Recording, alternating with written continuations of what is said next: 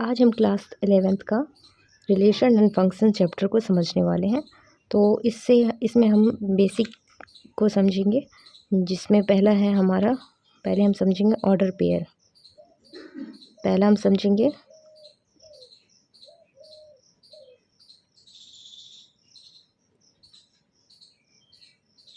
Ordered pair.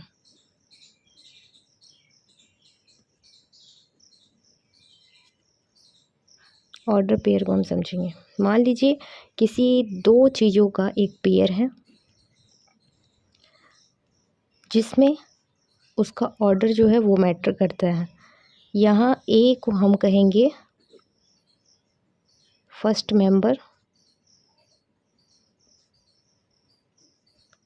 Member और इसे हम फर्स्ट कंपोनेंट भी कहते हैं।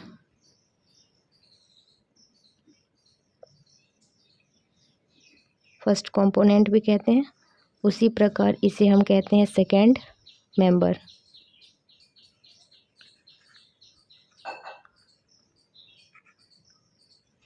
और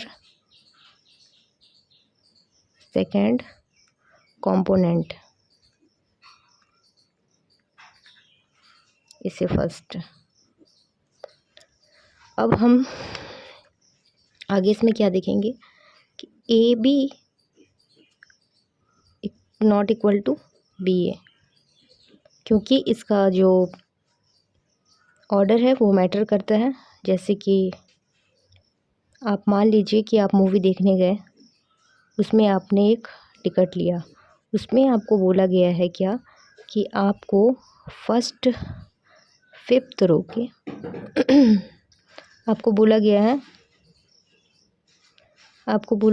क्या, उसमें फिफ्थ रो के सेकंड सीट में आपको बैठना है। यहाँ पे ये सीट है,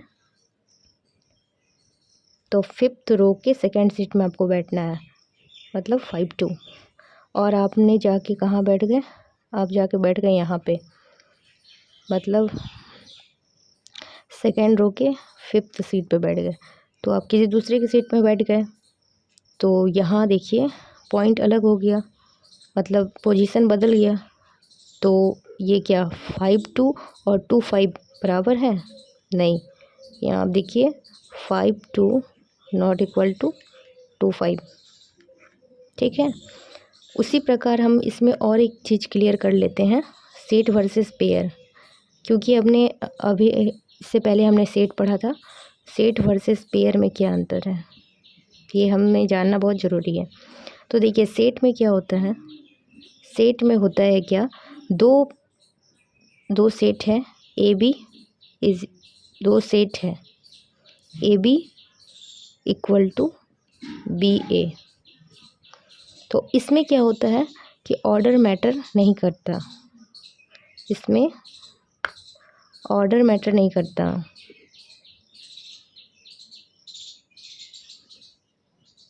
ऑर्डर मैटर नहीं करता। ऑर्डर मैटर नहीं करता इसमें, मतलब ये क्या है, आप इसे ए बी भी लिख सकते हो और आप इसे बी ए भी लिख सकते हो। ये सिर्फ क्या है, ये एक सिर्फ कलेक्शन है, ये सिर्फ एक कलेक्शन है। अब हम बात करते हैं पेयर की। पेयर में क्या होता है, ए बी है नॉट इक्वल टू बी ए होता है। क्यों?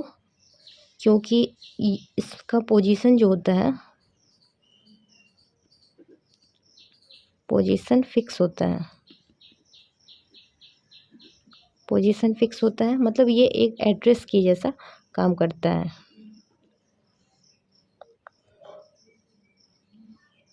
ये एक एड्रेस की जैसा काम करता है। ठीक है।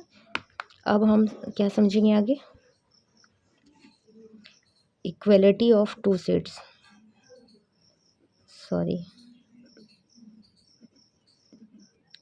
Equality of ordered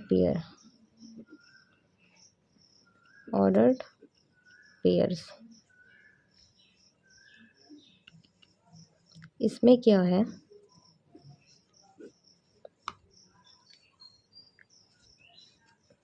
A B is equals to C D.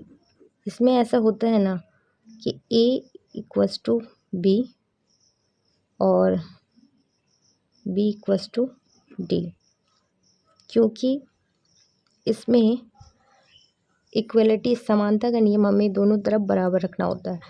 हम इसे एक एग्जाम्पल से समझते हैं। यहाँ पे एग्जाम्पल कुछ इस प्रकार है कि x प्लस वाई 1 और यहाँ है 3x माइनस वाई। तो इसे हम पहले सॉल्व करते हैं। x plus Y is equals to 3 जो कि पहला हो गया, और x minus Y is equals to 1 ये दूसरा हो गया। जब दोनों को हम ऐड करेंगे तो ये क्या हो जाएगा, x plus Y plus x minus Y is equals to 3 plus 1। तो यहाँ हो जाएगा 2x इज इक्वल्स टू 4 जो कि x इज इक्वल्स टू 2 हुआ। अब हम इसमें पुट करेंगे तो क्या हो जाएगा, ये 2 plus Y is equals to 3। तो यहाँ से हमारा y का मान क्या निकला, 1, x 2 निकला था और y 1 निकला है। अब हम इसे पुट करके देख लेते हैं इसमें क्या आता है। तो यहाँ हो जाएगा 2 प्लस, पहले इक्वेशन 1 में रखते हैं। तो इक्वेशन 1 में क्या है, x plus Y is equals to 3 है। तो यहाँ हो जाएगा 2 प्लस 1 इज इक्वल्स टू 3। तो देखिए बराबर है इधर, और यहाँ x minus Y is equals to 1। तो यहाँ पे क्या हो जाएगा, x 2 है और y 1, तो 1। तो देखिए दोनों तरफ बराबर है। तो इक्वलिटी इक्वलिटी क्या होता है, इक्वलिटी ऑफ टू पेयर्स, दोनों पेयर बराबर होना चाहिए। तो ये हो गया। अब हम तीसरा समझेंगे क्या, और अंतिम Cartesian product of two sets हम देख रहे थे। इसे डिनोट करते हैं ए क्रॉस बी से। मान लीजिए कोई भी दो सेट है ए बी, ए और बी कोई दो सेट है, then the set of all order pair A B for all A belongs to A और बी बिलोंग्स टू बी होगा। मतलब ऐसे होगा, A B for all A belongs to A and B belongs to B. तो इसे हम क्या कहते हैं, कार्टेशियन प्रोडक्ट कहते हैं, ठीक है।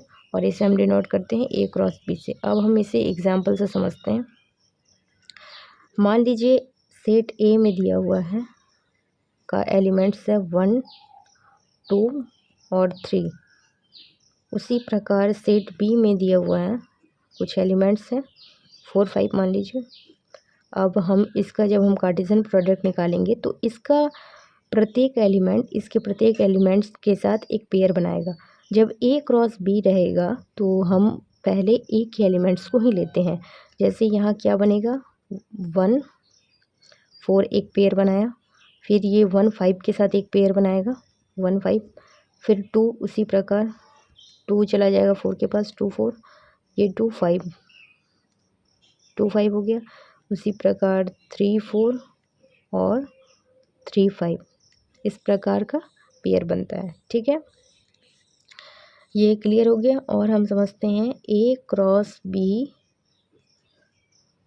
Not equal to B cross A होता है। बी यहाँ काटिए, A cross B not equal to B cross A, ये हमें हाईलाइट करना होगा। A cross B not equal to B cross A. कैसे, क्योंकि अगर हम ए क्रॉस बी में क्या देखते हैं, ए के पहले एलिमेंट्स को लेते हैं तो ए 1, 4 होता है, और ये अगर हम बी क्रॉस ए करेंगे तो यहाँ क्या हो जाएगा, 4, 1 हो जाएगा। तो ये बराबर नहीं है। तो A cross B not equal to B cross A. और एक बात हम इसमें क्या समझेंगे कि जब हम फाइनाइट सेट, मान लीजिए ए बी फाइनाइट सेट है, तो हम इसका ए बी अगर फाइनाइट सेट है तो हम इसका ये निकालते हैं number of A cross B is equals to number of A cross number of B, and इसे number of A cross B is equals to number of B cross A. इसमें हम क्या करते हैं, पहले ए के एलिमेंट्स जितना है लिखना है हमें। तो ए का एलिमेंट्स 3 है, तो 3 इंटू और 2 का 2 एलिमेंट्स है, तो ये 6 होगा। ठीक है, और अगर ए क्रॉस बी जो है एम्प्टी सेट है, तो ए बी भी एम्प्टी सेट ही होगा। ठीक है, यहाँ ये हो गया एक।